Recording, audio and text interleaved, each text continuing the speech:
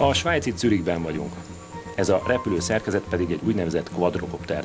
Olyasmi, mint egy helikopter, de ezt 4 rotor tartja a levegőben. Egy európai kutatási projekt terméke, amelynek célja repülő robotok kifejlesztése volt.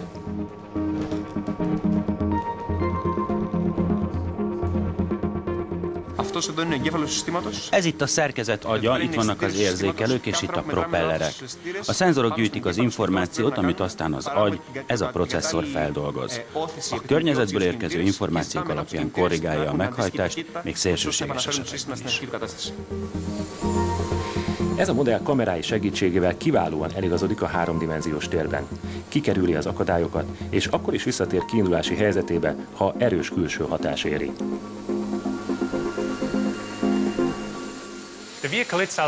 A jármű pontosan ismeri saját pozícióját, sebességét, azt, hogy néz ki a környezet. Mindehhez van pár kamerája középen, van nagy fényerejű LED lámpája és egy giroszkópos eszköz a sebesség, a gyorsulás és a szögsebesség mérésére. Ezért a quadrocopter ismeri a helyzetét, és visszajön akkor is, ha meglökön.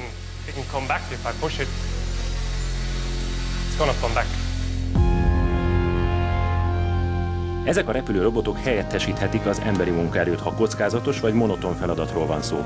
Például, ha falakat vagy vezetékeket kell megvizsgálni egy hatalmas üzemcsarnokban.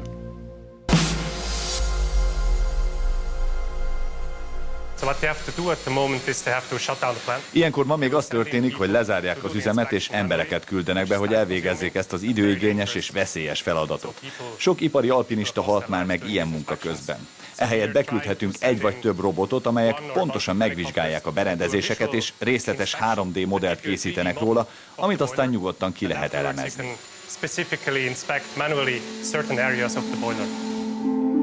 A robotok kialakítása lehetővé teszi, hogy csekély módosítással képes legyen kisméretű tárgyakat is a levegőbe emelni, vagy ultrahangos berendezést vigyen magával, amivel anyagszerkezeti vizsgálatokat is végezhet.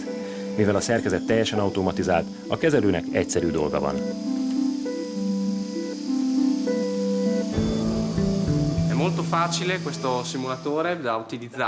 Nagyon könnyű kezelni.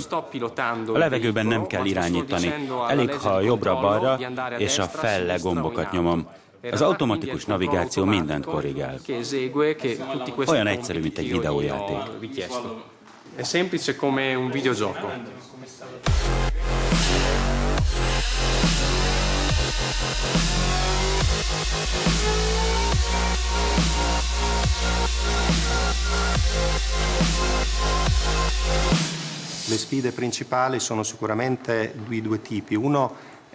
Az ilyen járművekkel szemben 2 fő követelmény van.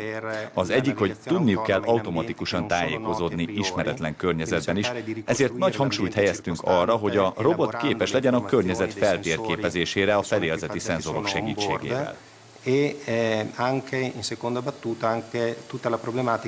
A másik, hogy az automatikus vezérlésnek akkor is működnie kell, ha a jármű beleütközik valamibe véletlenül.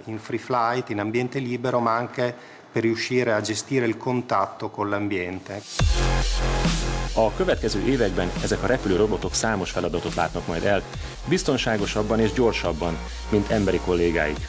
Új fejezetet nyitva az ipari automatizálásban.